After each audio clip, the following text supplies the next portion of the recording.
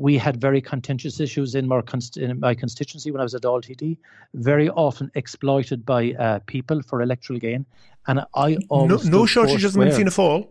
And I always stood, well, I'm in Fianna Fáil too, and I always stood four square in support of asylum seekers, refugees, and ensuring that when they came to our shores, that we would try and accommodate them.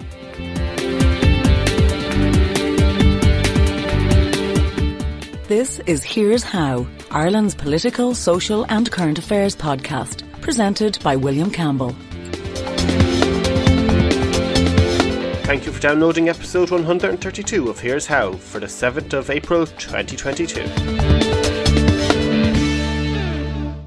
There's no rant this week as William has a cold and is not in his best ranting voice.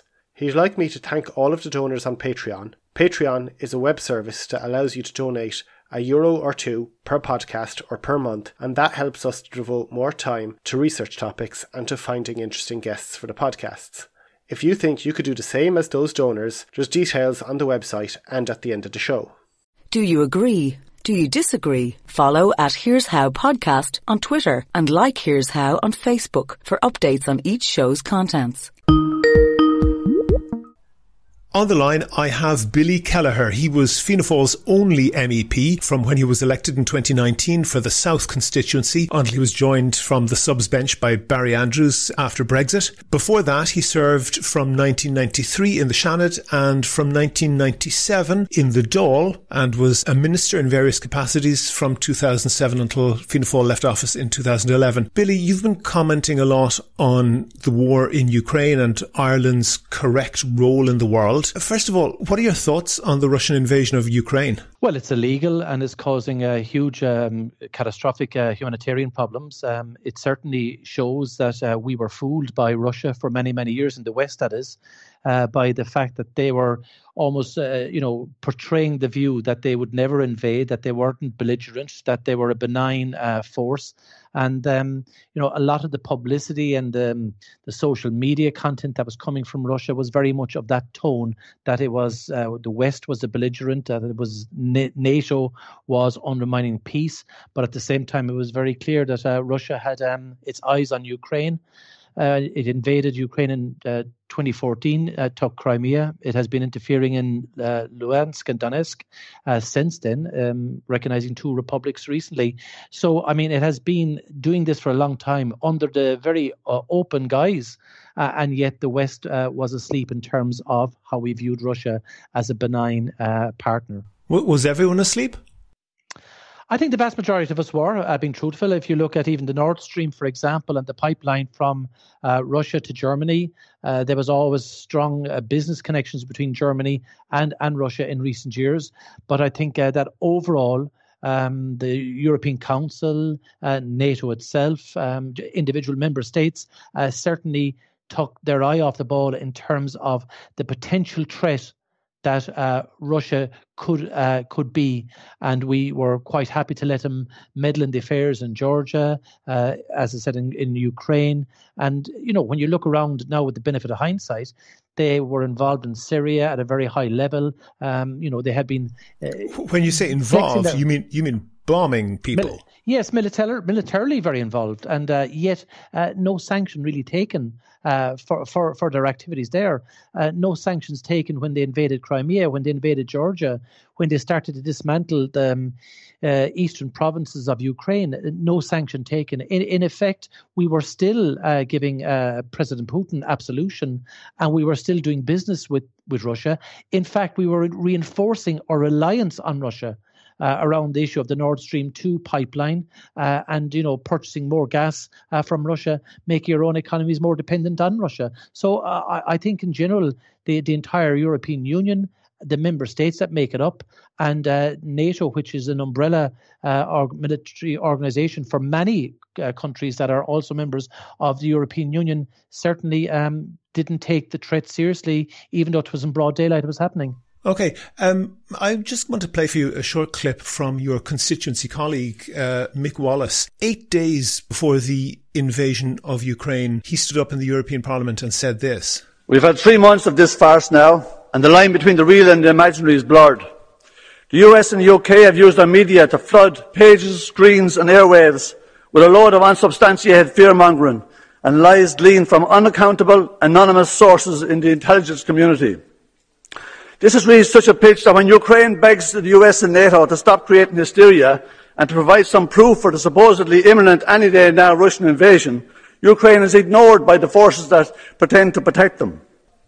The warmongering of NATO and the US these past few months has done nothing for peace in Europe. People who want peace in Europe should be calling for NATO to be abolished. What's your thoughts on that, Billy? Well, that particular piece didn't age too well. I mean, within a matter of days of that, Russia had invaded Ukraine. Ukraine was never a military threat to Russia. It never indicated that it was going to annex any part of Russia. And, let's be very honest. I mean, NATO did expand eastwards. It expanded eastwards when the wall was dismantled in 1989, where that was the Iron Curtain fell apart. And you had a lot of new independent countries that were democratic in their outlook that applied to join NATO.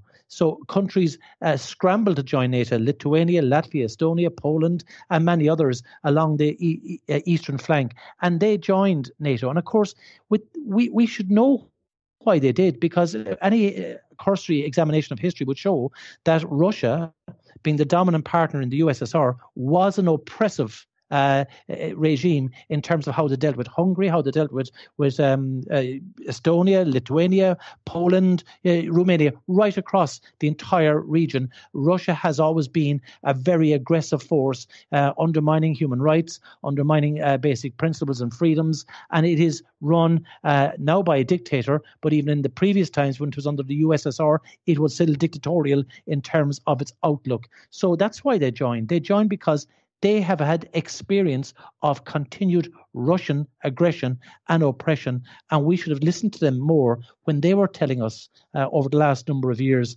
that they were concerned about Russia's build-up of a military capability, about the fact that it was in Syria, practicing its maneuvers, using Syria as a training ground for its pilots and for its bombing campaign. So we should have listened to them, but we didn't. And we were always hopeful that the big Russian bear, as such, that was a threat to all these countries over the years, was now a benign, friendly neighbour. Okay, pause with that, because I want to just run relatively quickly through some of the things that are happening, and I don't want to try to compete with the news, and obviously we're in a podcast here and things are moving fairly quickly, but just some of the things that are happening in Ukraine. One that really struck me, the one Ukrainian journalist, her name is Svetlana Zalitska. She's from Melitopol. Her elderly father appears to have been taken hostage by the Russian forces who are in that city. And they have told her that he will only be released when she returns and surrenders to their custody for what they call interrogation. Also in Melitopol, it would appear that the Russians are using what are called fuel-air weapons, which are incredibly powerful and unbelievably cruel weapons, which essentially fill the air over a relatively large area with explosive gas and send an explosive wave, literally pulverizing the internal organs of anybody in that area.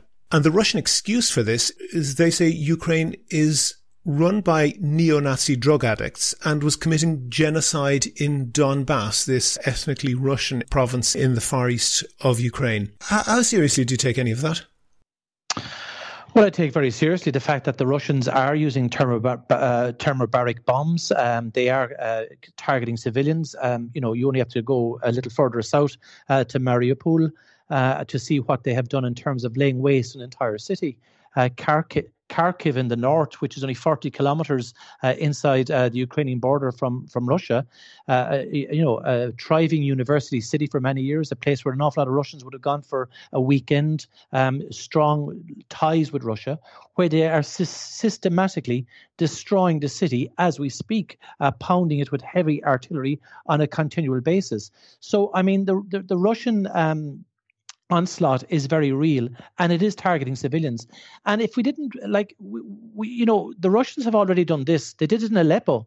They've done it in Grozny. They pound entire To be clear, just for all of the listeners might not have your geography skills, Aleppo was the Syrian city that had previously been controlled by rebels who opposed the Assad regime. Grozny was the capital of Chechnya, which is a republic within Russia, but an ethnically separate entity. It's largely a Muslim republic that went to war essentially for independence and was ground into the dust by the Russians bombing what is technically their own territory. I mean, you're speaking about it in horrified terms. You entirely disapprove of this. And I don't think we need to step through every single one of those. But just in terms of Ireland's response, are you proud of the way that Ireland has dealt with refugees from Ukraine? Well, I am. I'm very proud, being truthful, of the Irish government, the Irish people, and the NGOs that work to try and ensure that Ukrainian refugees, when they come into the European Union, that are dealt with in a humane, decent, dignified way. And from the Irish perspective, we are certainly taking a large number, in proportion to our population. And I very much welcome that, and I hope that we will show a leading light in that. Bear in mind, the humanitarian area is an area where we can offer most. We don't have a large military capability, so we're neutral, so we won't be supporting it in that context. But from the humanitarian point of view, I certainly am very proud of what we're doing today. We could do a little bit more. I certainly think that the Irish Army, in terms of logistics in, we'll say, Poland or in Hungary or Slovakia, might have a role to play when refugees flood in over the border. The Poles are under huge pressure. We do need to support the NGOs that are looking after them, the Red Crosses, for example, and the local authorities in eastern Poland as well, just to support them.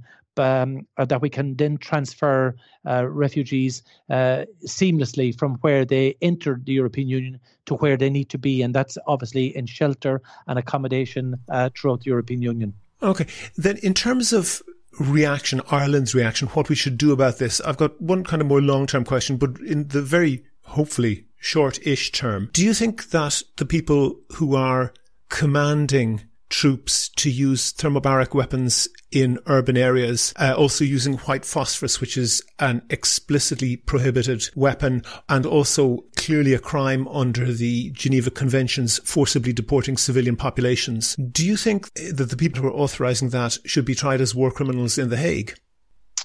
I do. There's two things I've said about this, and I've looked at this purely from the point of view of what we must do longer term as well. Mm-hmm. There's a war raging. We don't know how long this war will rage. Whether the Ukrainian army and the civilians can hold out, whether there will be peace talks. All of these things are in the future. But I mean, we should certainly, and international organizations should be logging all the offences to date. They should be garnering evidence wherever they can at the moment. And the other issue I feel very strongly about, we can't have a situation where President Putin decides sometime down the road, well, I'm going to withdraw or I'm going to have a peace settlement with the Ukraine, and that we all go back to normality again.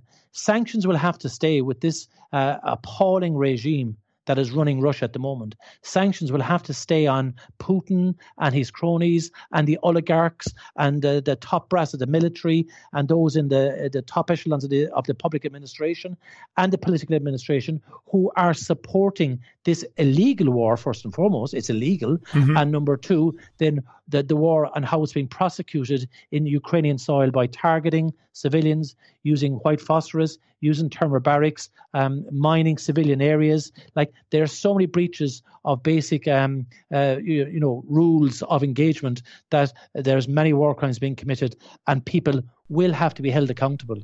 Okay, and we talk about that in the aftermath of this, but going forward, perhaps into the longer term, you've mentioned on Twitter perhaps changing Ireland's neutral role and potentially moving Ireland into a military role. How do you see that moving forward? Well, I actually wrote about that in advance of the invasion of Russia into Ukraine. This came about because there was a publication of a commission of a report into the Defence Forces. This was an independent assessment of the Irish Defence Forces in terms of its capabilities, its capacities, what needs to be done to modernise and to streamline it. And, it was quite damning from the point of view that, we've obviously neglected funding the Defence Forces for many, many years. So I was observing it from that perspective initially. Clearly, the invasion into the Ukraine is another dynamic altogether. We can have that discussion as well. But like cybersecurity, for example, is something that people maybe don't take seriously enough yet. For example, it happened in the HSE, for example, where there was an attack on the HSE. It effectively caused a huge disruption. That was an attack on an Irish asset, on the Irish state. Now, it came from actors not working for, we'll say, the Russian government, but certainly at their acquiescence, or at least being allowed. I'm saying it certainly by their acquiescence or being allowed to do that. And Russia has been doing that in Ukraine. In Ukraine for many years, it cut off its electricity. It's been closing down water supplies, all by cyber attacks. Sure, that's what they've been doing. But I'm interested in your thoughts of what Ireland's reaction should be going forward into perhaps the longer term future. In particular, neutrality is something that is held dear by some people. It is perhaps less so by others. Where are you on that?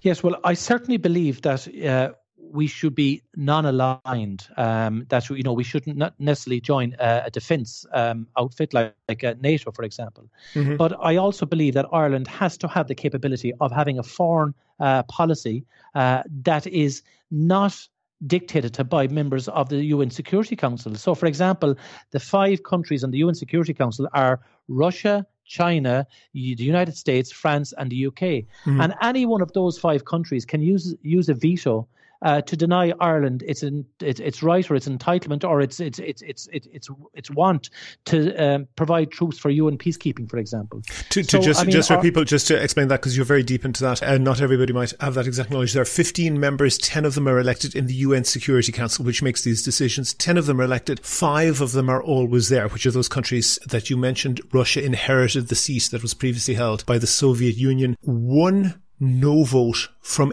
even one of those 5 can overrule all 14 other votes. That's essentially the way that works. And Ireland has a policy set down in law that if the UN Security Council doesn't approve a particular action, then Ireland will not participate. So you're saying correctly, in effect, that just one of those 5 has a veto over what Ireland does from a security point of view. But my question is, what might we be doing? Well, from now on, we have a situation where if you look at the most recent geopolitical change in the landscape that has definitively changed for the foreseeable future. Russia is now an aggressor when it comes to our way of life, to European values, to what we believe. So, if Ireland wants to provide peacekeeping troops to any theatre in the world, Russia will have a veto on it. China will have a veto on it. And I just think that we have to move beyond how we decide what we can partake in to at least a General Assembly, whereby a resolution of the General Assembly of the United Nations would be enough for Ireland to decide whether or not they wanted to commit troops to peacekeeping. And this is very important. When people talk about a changed neutrality, there's a view then always being perpetrated primarily from the left, that all of a sudden Irish armies will be marauding around the world. We are not an aggressive nation. We are a neutral nation at the moment. I'm saying we should not be aligned, but that doesn't mean that we can't take a stand and make decisions. And unfortunately, the way the triple lock is structured, that is the government, the Dáil, and the UN Security Council deciding if a peacekeeping mission is suitable. Is too rigid a check in view of the fact that Russia and China will have a veto on the decisions. So the Irish government could make a decision, it could be approved by the Dáil, and Russia at the moment could be the ones that would stop it. I don't believe for a nation that has contributed so much to peacekeeping that's fine. But what I'm trying to get at is, what do you see happening? Can you give me a plausible scenario going forward into the future that in the world that you are advocating, Ireland could intervene in that they perhaps could not now? Well, there could be, for example, there's an 11-year civil war in Syria, for example. Russia is intimately involved in that. It's bombing campaign, etc. Supposing there was an intervention and there was a peace process and there had to be peacekeepers deployed. And if Russia was not supportive of that concept, because it has skin in the game, well, then Ireland couldn't commit troops to a UN peacekeeping force. So, I mean, that's a real live potential issue whereby in years to come... But is that really, Billy, is that really plausible? If Russia wasn't supporting it, they perhaps are a little bit distracted now, but they could potentially be bombing that. Are you proposing putting Irish troops on the ground underneath Russian warplanes? No. What I'm saying is, in the event of there being a peacekeeping force deployed, supposing there was a peacekeeping force deployed, if it was under the guise of the European Union, for example, that there was a settlement, there was a peace settlement, no longer military activity, but there needed to be peacekeeping forces deployed, just like they are in other parts of the world. We have deployed troops all over. We have them in Kosovo, we have them in Lebanon, we had them in Congo, we have them in lots of places. We've had a proud tradition of that. Post-settlement.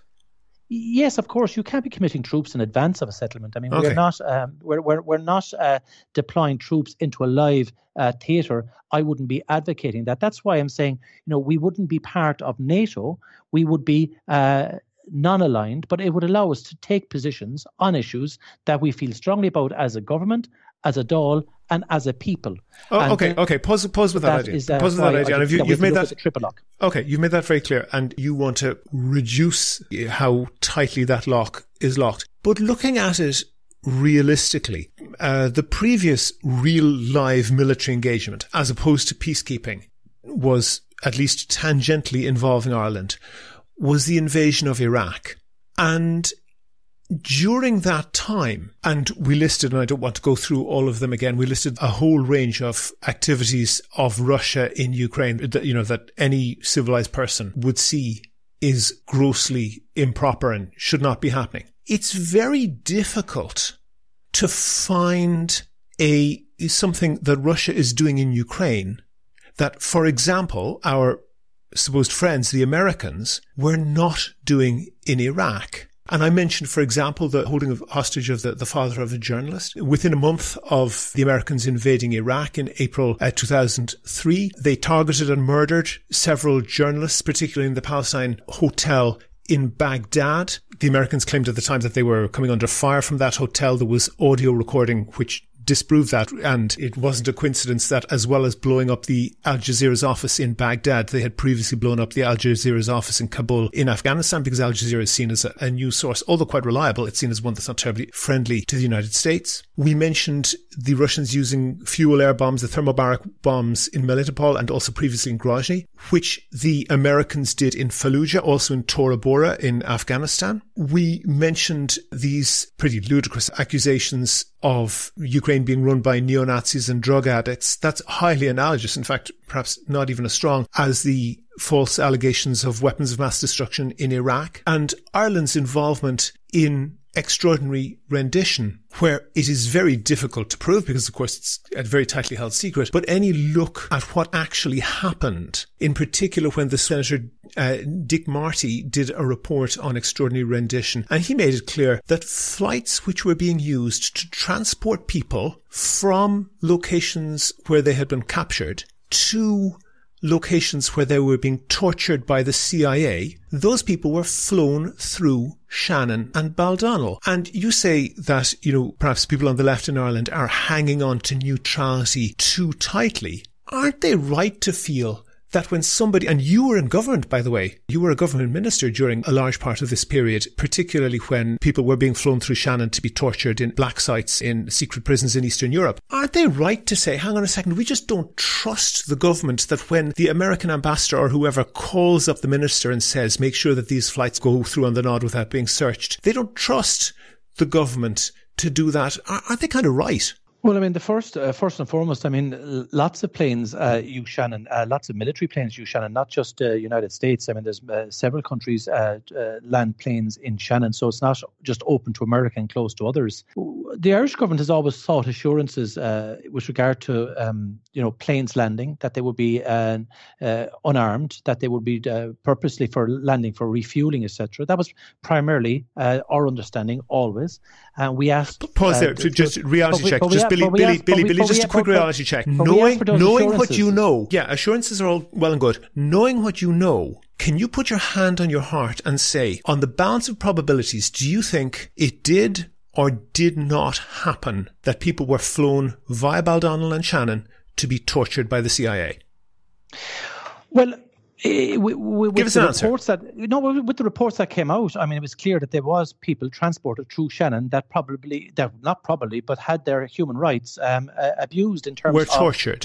Their fundamental human rights in terms of being shifted from Iraq through Shannon and onto the States. And yes, and there has to be a mechanism, but that you can't say that is a definitive undermining of the neutrality of a country. No, I'm not saying that. No. I'm trying to establish the facts first. And I think you're acknowledging it, and that's fair enough. But at that time, there were people, I particularly remember, people who were plane spotters. They were, I think, highly motivated plane spotters, but they were plane spotters who were arrested for writing down the registration numbers of planes landing and taking off on Shannon. The Gardaí were very active in that, and they weren't behind the door in any way, making sure that those people felt the full might of the law and were suitably threatened when it displeased the Americans that the flights going through Shannon were just being noted perfectly legally. By the way, those people who were arrested were never charged with anything. The Gardaí weren't nearly so enthusiastic to say that some of these CIA aeroplanes that are owned by shelf companies in Delaware or the Cayman Islands that have no business and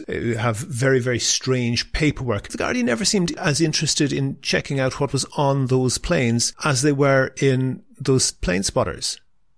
Yes, but when you ask a country that is traditionally friendly to Ireland and vice versa for assurances, and those assurances are given, well, then you assume they would be honoured. In the event of there being breaches, there is mechanisms in place. And I can remember in the Dáil those particular issues being raised by many people in good faith. I can remember many protests. We had massive protests in Dublin around the issue of Shannon being used. But when a government asks another government that is generally friendly to it in disposition for assurance, and they're given, well, you ordinarily accept them. In the event of them being found not to be the case, well, then you should use the channels available to you. Well, I mean, you raise it at a level, and you talk to the U.S. ambassador in this case, or the ambassador of any country that is in breach of what we would consider norms around the use of Shannon Airport. Okay, hold on for a second. When I go through Dublin Airport, I have my suitcase opened, and if I have so much as a bottle of water that's over 100 mils, that'll be fished out and it'll be confiscated off me. Not only were the Americans able to fly through detainees who, even in the planes, were physically restrained in torturous manners, not only were they able to do it, they did it with the absolute confidence that nobody in authority would be interested enough to ask them to open the door to have a look. You know how government works. You've been around the block. You've been a senator, you've been a TD, you've been a minister, now you're an MEP. You know that what happens here is that somebody in the State Department or the American ambassador rings up the minister or their assistant and says, look, here's what's written down, but here's what we want to happen. And that person rings whoever's in charge and they make sure that happens. And aren't people who are sceptical about Ireland moving closer to the Western Military Alliance, aren't they right to say we don't trust the permanent government and indeed many times the elected government in power to operate with sufficient independence, and they let war crimes happen? Yes, but I mean, we'll just go back to where we are in terms of Shannon being used and the claims made that it was used for rendition flights. Like, I can remember, as I said, those debates. I can also specifically remember even President Bush, I think at the time, declaring openly that they were not being used and gave the Irish government lots of assurances at the time. Now, several He lied. claims... Well, at the time, you're given an assurance by the President of the United States of America to a friendly country. You take those assurances. Well, let me hold for 1 second. Hold for 1 second. I want you to hear a different assurance. This is Sergei Ryabkov, the Russian Deputy Foreign Minister. Look, I do believe that there is no risk of a larger scale war. We do not want and will not take any action of aggressive character. We will not attack, strike, invade, quote unquote, whatever, Ukraine.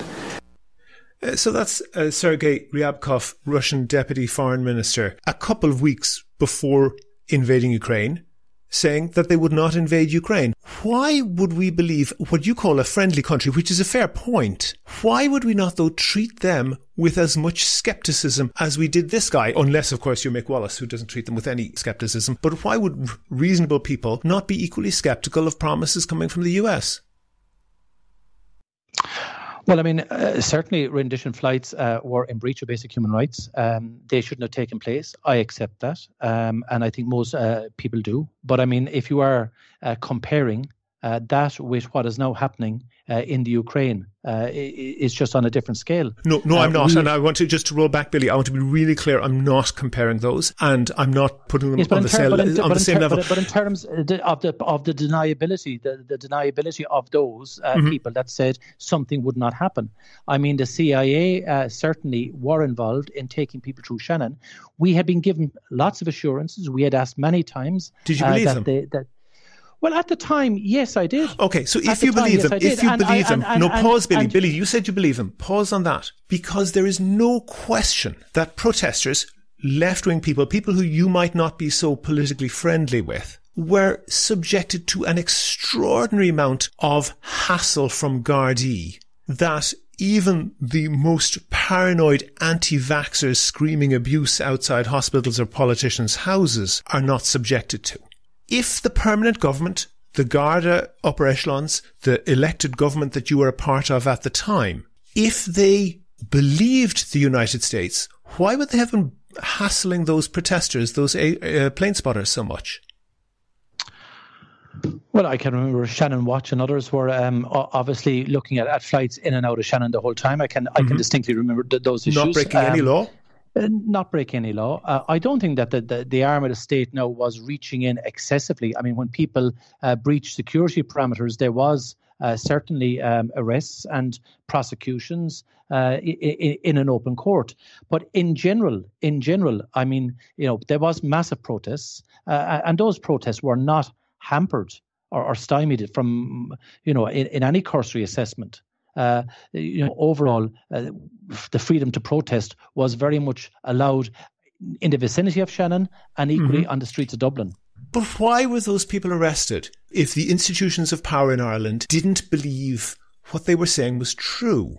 If you go out in the streets of Russia and wave your Z flag and your white, red and blue flag and say you support Putin and that there's only a special military operation that is there to liberate Ukraine from neo-Nazis, you don't get any hassle. If one teenager holds up an A4 sheet that says stop the war, she will be landed on by dozens of police who will beat the living daylights out of her. The reason she is attacked and the others are not is because she's telling the truth. Can you see that? You're saying that official Ireland believed the assurances from the US. Their behaviour says otherwise. Well, I mean, people that were arrested were primarily arrested because they were either after threatening to breach a security perimeter or, observing in a restricted zone, for example. I mean, and they would have been tried in a normal court under the normal open guise of Irish justice. I don't believe that the state was, oppressively targeting people. No, neither. I think the degree of oppression there is not comparable to anything that's happening in Russia. And I want to move on from this, but I think it's clear that the reaction of of officialdom made it clear that they did not believe for a moment the assurances that they were getting from the Americans, and it's fairly obvious. And I want to move away from that because I don't want to focus on that too much. And I mentioned, and you said how proud you were about how Ukrainian refugees were being treated in Ireland, and I think in this case that's difficult to deny. Has Ireland always been that good? Well, I think in general we are reasonably good. Yes, I mean we have taken numbers of refugees from war-torn areas from time to time. I certainly often thought we could have done an awful lot more. I can remember the Syrian crisis, for example, when you had a flow of nearly 1 million people into the European Union. Still, some of those people coming from Syria and from Kurdistan and those particular areas that were, very much a target when they were fleeing ISIS and fleeing other aggression. Yeah.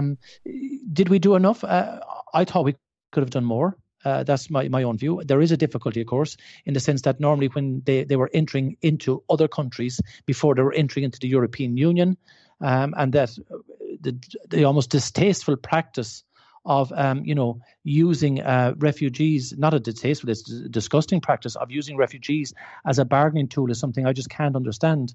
And the European Union itself tried to get to a place where we would all take our fair share. And at the time, we couldn't even get a council agreement. Many countries objected stringently to taking any refugees from Syria, and Germany ended up taking the vast bulk of them at the time. Yes, we could have done more. Yes, we could have done more.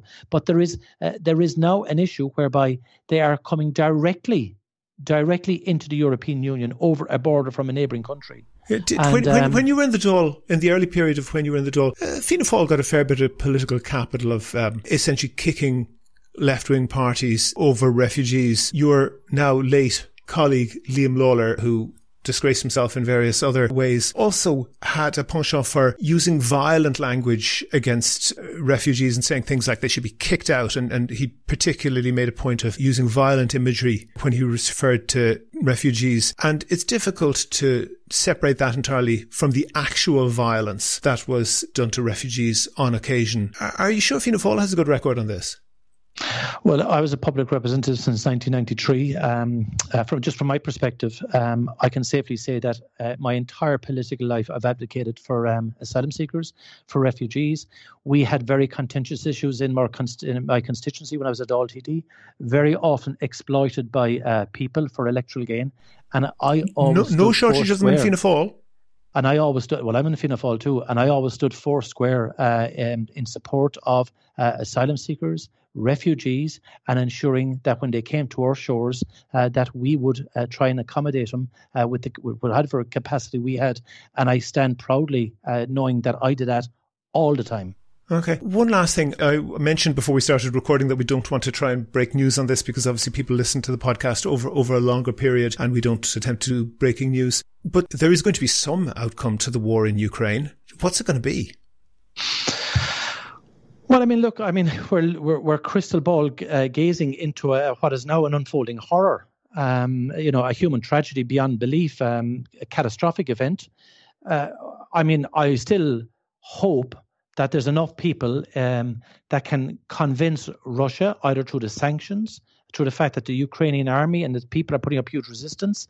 I'd like to see China become more vocal in terms of putting pressure on Putin to withdraw from the Ukraine. Longer term, there is going to be some outcome in terms of a peace process. Mm-hmm. And the quicker that happens, the better. I certainly don't want to see the dismantling of the Ukraine and it being divvied up into bits and pieces based on linguistic, ethnic lines. That would be a very dangerous precedent. The Ukraine is a sovereign state, and we must acknowledge the sovereignty of it. Yeah, okay, but we know that. But one of the outcomes is a long, slow, murderous war. And students of Soviet and Russian imperial history would know that both the Soviet authorities and before them the Tsarist Empire, they had a particular tactic of which we are seeing the effects of still to this day. They had a particular tactic of promoting one particular ethnic group where there was mixed ethnic groups, in particular the weaker or smaller group, in order to balance out and essentially keep two intermingled ethnic groups fighting each other and prevent them from fighting the empire. And this happened in Georgia with Ossetians and Abkhazians, who are minorities in Georgia. This happened with Tartars, both within Russia and within what is now Ukraine, and in a whole host of other areas. Are you completely confident that the Americans are not thinking of doing the same thing and thinking that maybe a long war wouldn't do their interests any harm at all? Because a settlement, would essentially mean that somebody comes out on top. But if the two of them are caught in a murderous war for as long as possible, that suits American interests. Are you comfortable with that? Well, I don't believe that would be the case, that America would look at it from that perspective. Bear in mind it is a neighbour to many of US allies in terms of NATO countries. So it's neighbouring Romania, Slovakia, Hungary and Poland. Well, you've expressed, you've expressed misplaced faith in American intentions before. Whether you believe they would do it or not is one thing, but it would in a very cynical way, be in their interests, because toppling Putin could make Russia incredibly unstable, but keeping him tied up with an unwinnable war would mean that he's contained, doesn't cost them much, and it prevents any messiness in Russia. No, I don't see that being the case. I just think that the international community, and particularly the European Union and the community that makes up the European Union, wants to see a settlement. There is no way that we want to see a destabilized country of 44 million people, nearly once and a half the size of France, as a neighbour, being systematically destroyed either by continued Russian attacks or by a civil war being promoted by Russia, for example, in the event of there being, a de-escalation from Russia itself. So, I mean, I certainly believe that there's enough international eyes on Ukraine to try and bring it to a conclusion in terms of a settlement that at least allows Ukraine to survive, and that it is not divvied up and broken up and that consumed into Russia. I certainly don't believe that there's an appetite in the European Union for that. But equally, a long-sustained military campaign by Russia will only do one thing, and that will be to destroy more lives and property and infrastructure and undermine a country as of 44 million people on our borders. And you've now 3.5 million plus people after leaving the Ukraine and coming to the European Union. And if you have a long drawn out war, either being pursued by Russia or a civil war being encouraged by Russia in the event of their withdrawing, well, then it would have, a destabilizing effect in the region. And that's whatever about destabilizing Ukraine and the region, there's a fair old chance that this will destabilize Russia. It might be Russia that gets torn to pieces over this. Well, I mean, look, President Putin, and I don't know how he holds power. It's obviously through fear and favor, as we know, money. From an autocrat, and money. Yes, fear and favor. $1 billion a day in fossil fuel payments coming from the EU. Yes, and I think during the duration of the war, I've said this. I've signed letters calling on the Commission. We should suspend the purchase of coal, oil, and gas from Russia during the duration of the war. Longer term, obviously, we have to accept that it is a fuel source for us for the foreseeable future until we unwind completely from fossil fuels. But we should not be purchasing coal, oil, or gas from Russia while it is killing our neighbours. Billy Kelleher, Fianna Fáil MEP, I gave you a good questioning. Thank you very much for talking to me. Thank you. Okay, William, so we're just finished the interview with Billy Kelleher. You went pretty hard after Billy there. Do you think he was being a hypocrite? Well, I leave it to the listeners to decide on any description like that, but I really don't think there's a consistency with what he was saying, the way that he's calling for the level of action against Russia and what he was happy to put up with from the Americans. It's not an absolutely equivalent situation. I wouldn't think it is. I wouldn't suggest it is at all. But there's definitely an inconsistency. And, he didn't go as far as saying, we would join NATO. In fact, he said we would be non-aligned rather than neutral. What do you think that means in practice? I'm not sure. I'm not sure it means anything in practice. I'm not sure. I probably should have questioned him harder on that. I don't think that actually means anything. It's a distinction without a difference. I think what it is that Ireland being officially neutral has tied the hands of some governments down the years, perhaps in a way that was good that they were tied, I would think. But that has meant that they haven't been as good boys for the Americans as they might have liked to be. And they might be a bit frustrated with that. And I think squeezing some wriggle room into the situation is essentially what they want to do there. What do you make of his line that the Americans gave us reassurances that no kidnapped prisoners would be transported through Shannon and Baldonnel and to be tortured? Yeah, Billy Kelleher has been in politics for 30 years. And, everybody who knows how power works knows that that's nonsense. And whenever somebody stands up and says, I've been given assurances of X, Y, and Z, but they're not willing to put their own name to that particular statement, it's blindingly obvious that they know that it's not true. And everybody at the time knew that that wasn't true, and we have as much proof as we would ever get or would ever need now to know that that wasn't true. But, everybody although they may not have been able to prove it, certainly everybody had a moral certainty that that was just untrue. And as I think I said in the interview, the proof that they knew it wasn't true was that they wouldn't spend any effort at all to inspect the planes at a time when they were harassing anti-war activists and people just standing outside the airport. That's an important point I didn't make in the interview. People who were standing outside the airport in public place taking note of aircraft registration numbers that were landing and taking off were being pretty severely harassed by Gardaí. Everybody knew what was going on. I think I'll leave it there then. William Campbell, thank you very much for talking to me. If you liked the Here's How podcast, please rate and review the show on iTunes and other podcast providers. Share it on Facebook and Twitter, but most of all, tell your friends. Go to the website for sources and references from the show, and while you're there, you can like the show on Facebook, follow the show on Twitter at Here's How Podcast, and follow Billy Kelleher at Billy Kelleher EU. And get in touch if you can suggest a guest or topic for the next show. And thanks again to all of the patrons on Patreon. Their donations allow us to devote time to research and finding interesting guests. And if you can do the same as them and donate €1 or €2 per podcast or per month, please go to patreon.com/here'show. That link is on the website. Also there you can find out how to subscribe to the podcast for free on your computer, on your phone or by email. All that information is at www.here'show.ie.